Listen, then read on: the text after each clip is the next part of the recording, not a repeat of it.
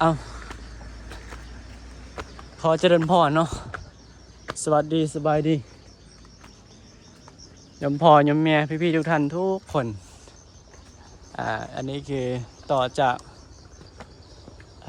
คลิปที่ไปถ่ายอยู่สะพานเนาะตอนนี้ลุงพี่มาเดินขึ้นเขาตั้งแต่เช้าเนาะขึ้นเขาตั้งแต่เช้ากับเนนสามเณรดาวสามเณรดาวคนเมื่อเป็นคนในถิ่นนี่เนาะก็คือบ้านหาดสาจะอยู่ในอำเภอนี่แหละอำเภอเมืองงอยส่วนหลวงพี่อยู่อำเภอหลวงพระบางอยู่คนละอำเภอ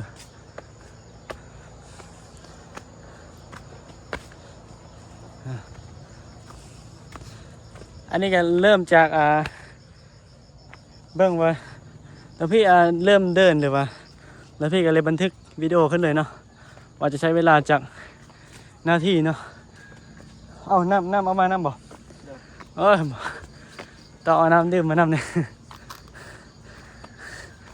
น่าจะมีคนเดินนะเนาะมีห้อยอยู่ดิแม่นบ่วะใกล้ฮอดแล้วบ่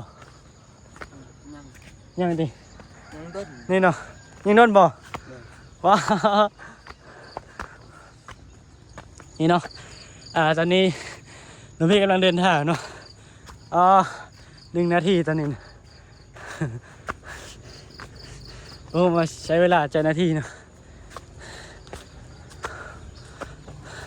เดินตอนเช้าใครแน่เนาะจัวเนาะขั้นตอนแรกนี่โอ้ยังพอยังมีฮ้อน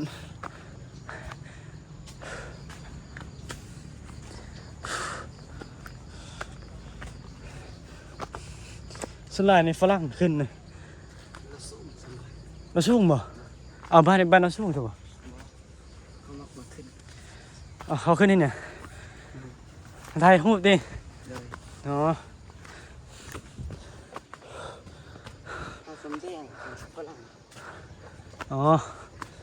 อันนี้พาชมนางเนาะพาชมนางอันนี้ก็คือเดินทางขึ้นทางเดินขึ้นพาชมนางรู้สึกว่าหายใจฟืดละบอกยังไง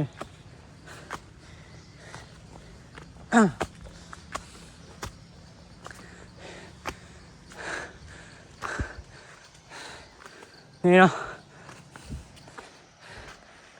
ประมาณนี้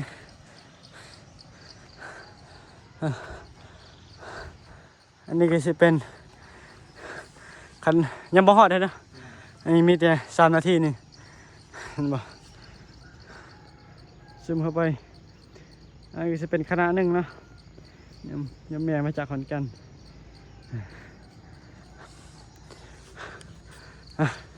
เดินต่อเขา3 นาทีแล้ว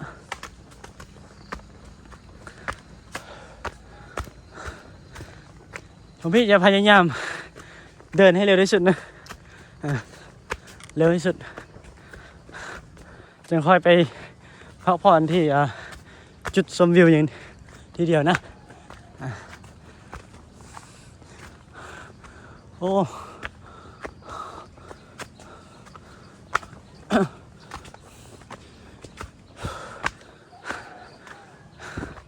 เราไม่ห้อยคนเดินอยู่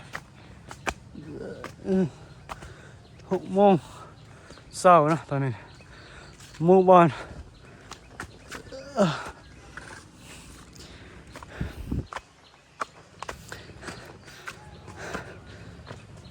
โอ้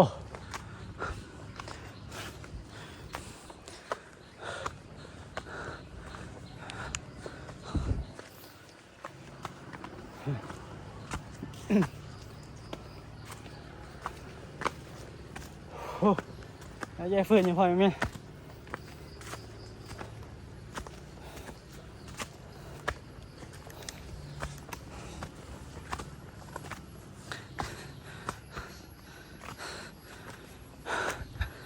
ผ่านไปแล้ว4 นาทียุ่งหลายว่ะ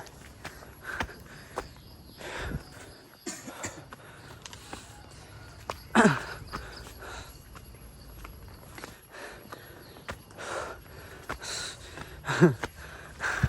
เน้น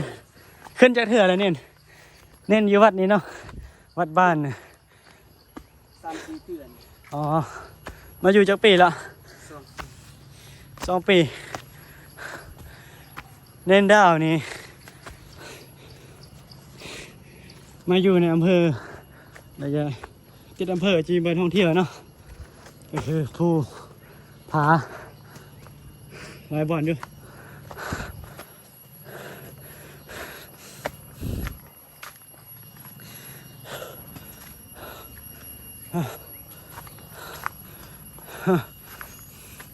เราจะฮอดครึ่งทางแล้วเป็นบ่เน้นเขาฮอดครึ่งทางแล้วบ่เมื่อย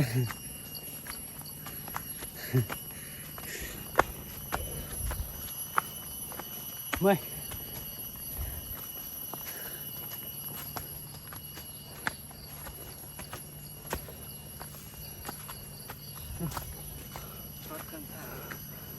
ขึ้นทางแล้วมีหมองพักอยู่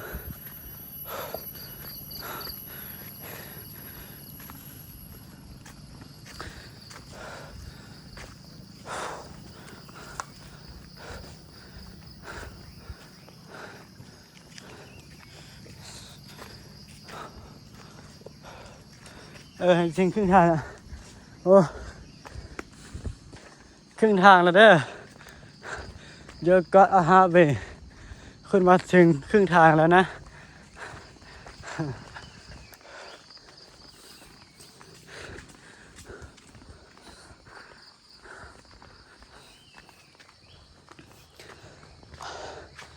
สู้ต่อไป keep going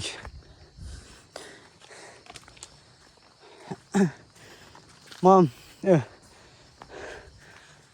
แน่นี่คิดว่าจะมีฝรั่งบ่นอนบ่ข้างบนน่ะ บ่มี บ่มีเนาะเขาบ่ให้นอนบ่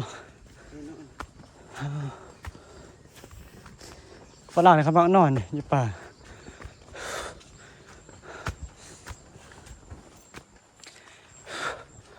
ส่วนใหญ่แล้วก็จะมานอนพัก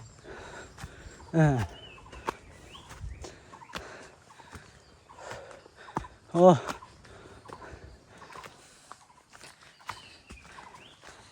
พอมีบ้านพักให้อยู่เนาะจัวเนาะโอ้ยดูสิมีงูเป็นตาญาณอยู่ทาง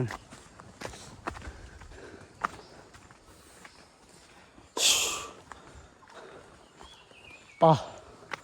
มันคือเป็นไงสิบ่ะ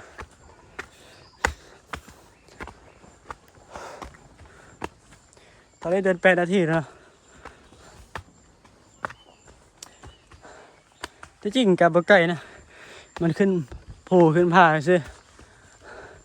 ยังพอยังไหมมันเดินไปบ่ได้แต่ก็สิพยายามเร็วที่สุดเนาะ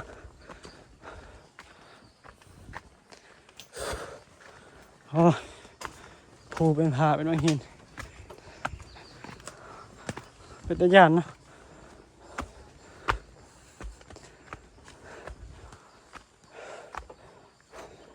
เป็นตะยานบ่ยำพอยังไหมให้มาคนเดียวกล้ามาบ่ บางทีก็บ่กล้าดิให้เน้นไปนำโอ้ใกล้สิฮอดแล้วบ่คือใกล้สิฮอดแล้วนี่เห็นบ่มันก็สิเห็นเมืองหมดเลยแม่นบ่จั่ว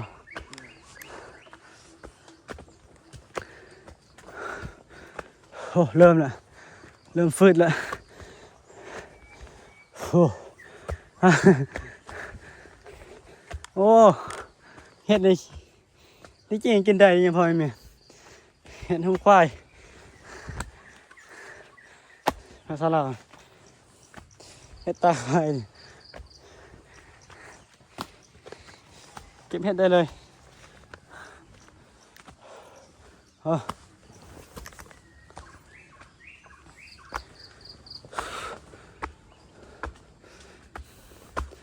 โอ้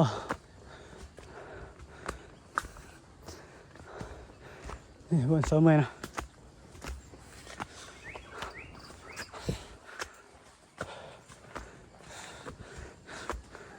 โอ้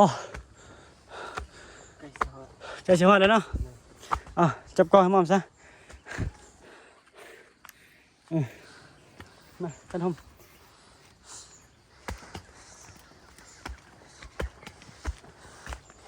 เดี๋ยวนี่บอยแม่เจ้าหน้าที่ตอนนี้เนี่ยเวลาเดิน 10 นาทีแล้วโอ้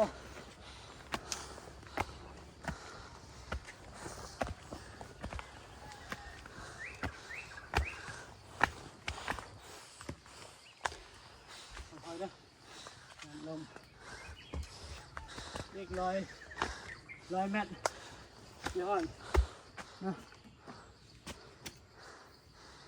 อีก100 เมตรเดี๋ยวก่อนจะถึง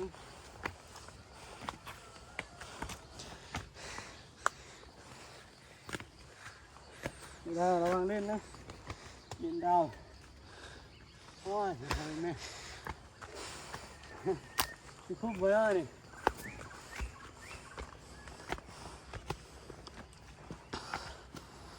เดี๋ยว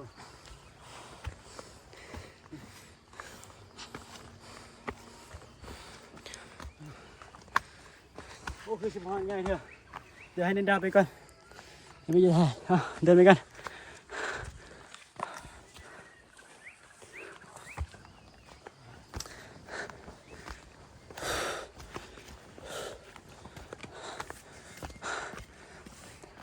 เอาละโอเค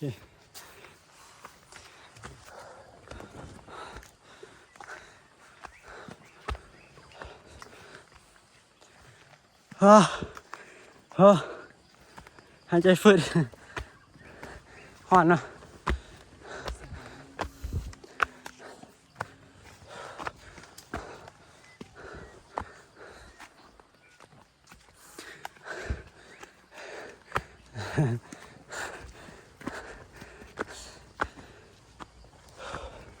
แบบบ่หยุดเลยเดินแบบต่อเนื่องเลย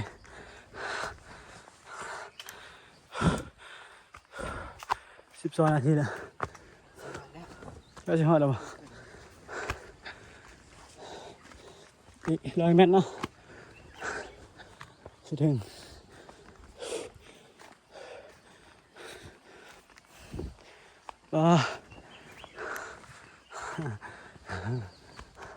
แค่ชิถึงแล้วปะโอ้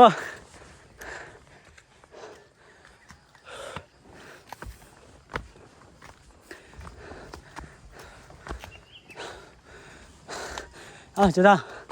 แกถึงแล้วถึงก่อนหลวงพี่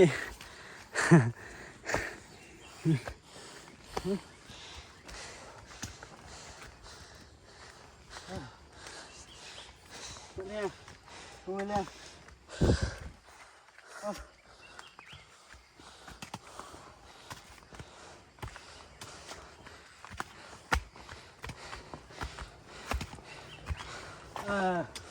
ถึงแล้ว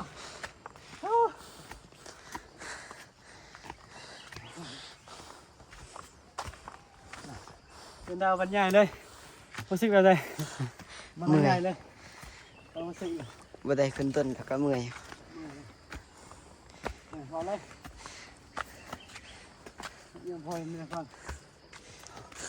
โอ้ในที่สุดใช้เวลา7 นาที 14 นาที เลย โอ้นี่เร็วสุดเลยเดี๋ยวไปชุดเลย45 นาที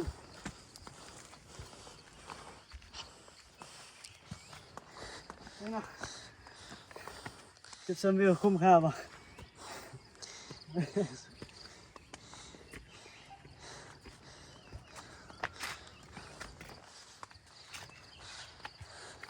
ถ่ายเลย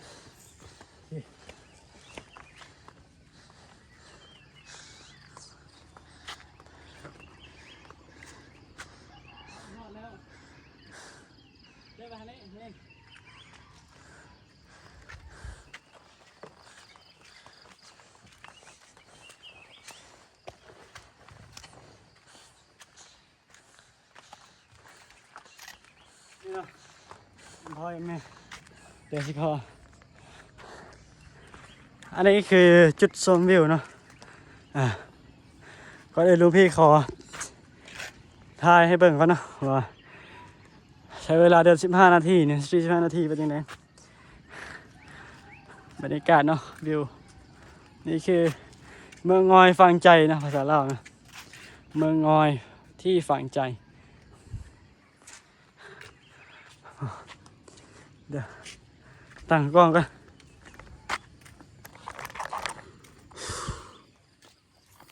เนี่ยถือกันเดี๋ยวน้ำมากันนะพี่หิวนี่นะเอาน้ำมาจับกันปิ้นแพงขึ้นบรรยายเลย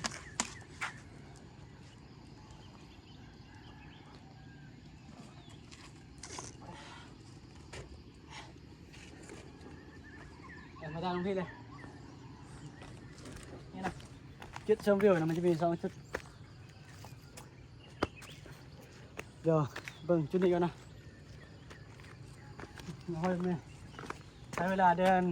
15 นาทีคุ้มค่าบอกยังพอยังไงฮ้อน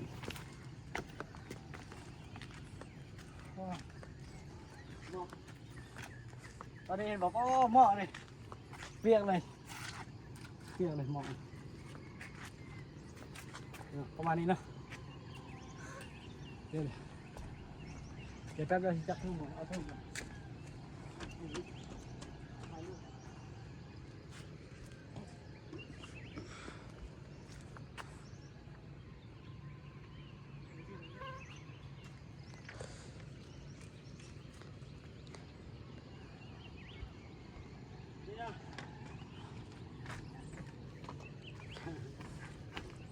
เอามาอยู่ผมนี่ซะเอาถ่ายคลิปนี่เราทิ้งแล้วน้องงอยน้องเขียว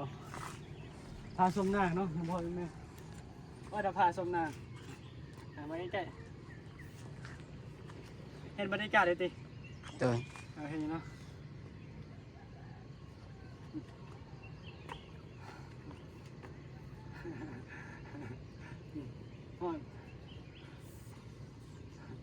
อะไรนะพี่นะตอนนี้เวลา6 โมงครึ่งเนาะ6 โมงเช้าหมดเอาลองต่ำเนี่ยเอาลองต่ำคันถ่ายรูปแล้วก็ได้คันถ่ายรูปนะก็ได้เลยเด้อเดี๋ยวถ่ายรูปนะพี่นะก็ถ่ายเดียวเด้อก็ถ่ายเดียวมันถ่ายรูปเลย1 2ก็มันอยู่หันนะรูปมันอยู่หันนะไม่ต้องนั่นหมายถึงมันจะไปเห็นรูปมันอยู่ในนั่นเลยนะบันทึกอัตโนมัติเลยกดนี่เดี๋ยวตัวอย่าง1 2โอเคได้แล้วโอเคไอ้คนนึง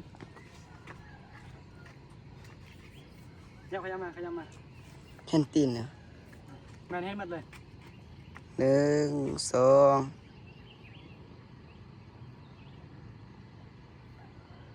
3ห้องได้แล้วนะก็บนได้เองอันนี้วิดีโอคือเก่าเลยตอนโอเคจะฮ้อนเนาะเดี๋ยวเห็นมาเตรียมมาเลยมันเป็นฝนตกเลยมันฮ้อนน้ำเหือซ่าเลยนี่เนาะบรรยากาศพอเนี่ย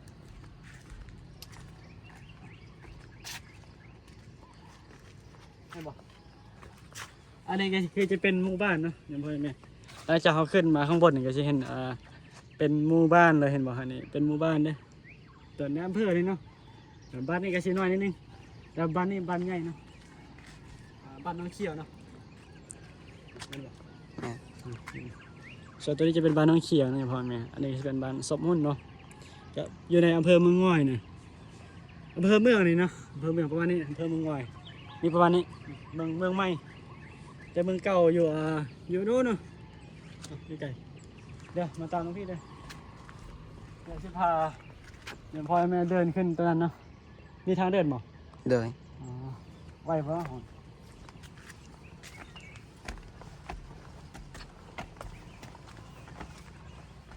เดินขึ้นเดินลงไปกันเจ้า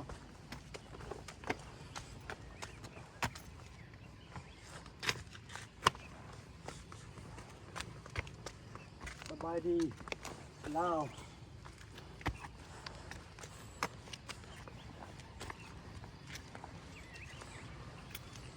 อ้าวขอขึ้นบรรยากาศยัง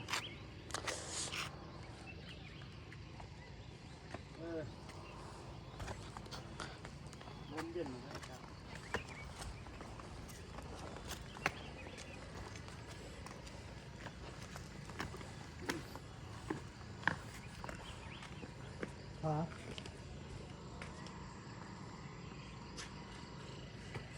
น่าจะมาขึ้นก็ได้มั้งเนาะ ได้ มาขึ้นบอกมาขึ้นไปมาทางที่แล้วนะ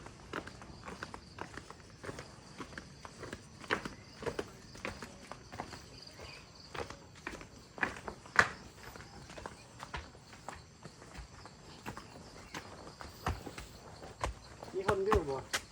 อ๋อของล่างเนาะ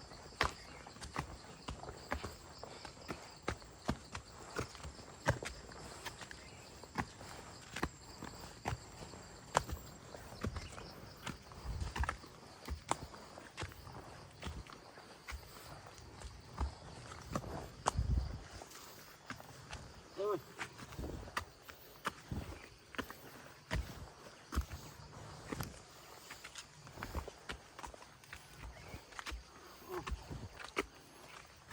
จะถึงแล้ว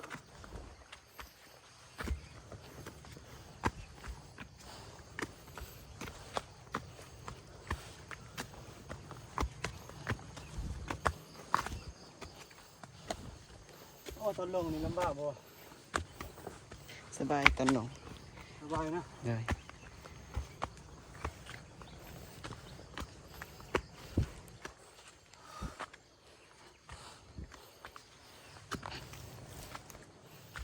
เฮาเป็นคนขึ้นครั้งแรกเลยมานี่นะ1 2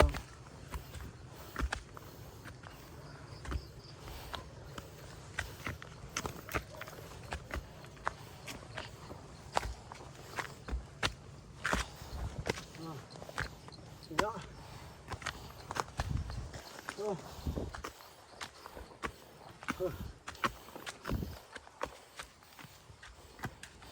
นะว่าไปเที่ยวเมื่อยโอ้สุดเลยล่ะสุดเยอะ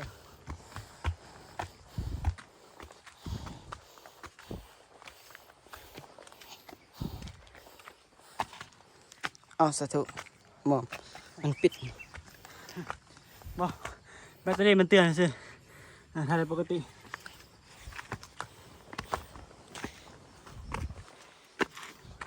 เอาไว้เด้อนี่นะสุดเลยสุดอ๋อไปถึงแล้วยังพอไหมทอเบิ่งแล้วถ่ายด้วย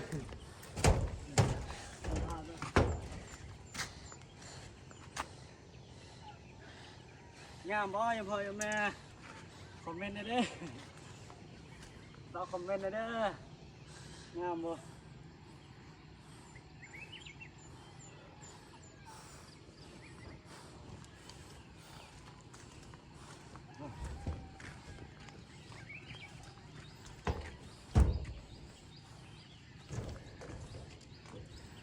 ขึ้นมาจุดซูมวิวบนสูงสุดตัวนี้เนาะจะเสียงเบิ้ลเลยซ้อมเมื่อวานเลยเราชัดมามาดอมมาโอ้ใช้เวลา10 นาทีเนาะ ก็จะให้เห็นจะพาทุกคนเบิ้งเนาะกับวันธรรมดาเนาะเมื่อยถ่ายไว้นะให้ยมพ่อยมแม่เบิ้งชาวฝั่งไทยใครเพื่อเดี๋ยวยังมีแรงเนาะยากมากกะมาอะไรเนาะลองมาเดินขึ้นได้เดี๋ยวจะมาถ่ายรูปแล้วเนาะยมพ่อยมแม่หลวงพี่จะมาถ่ายรูปแหละจะสิขอเดี๋ยวมาปิดคลิปโมเมนต์ให้ความลาพระเจ้าสิขออำลาพระเจ้ายมพ่อยมแม่ไว้เพียงซ้ำนี้ก่อนเนาะแล้วขอฝากให้ยมพ่อยมแม่กดไลค์กดซับสไครต์ให้แน่เนาะแล้วก็ฝากกดติดตามแล้วก็คอมเมนต์ให้แน่ว่างามบ่เนาะก็ขอเจริญพรเนาะสวัสดีสบายดี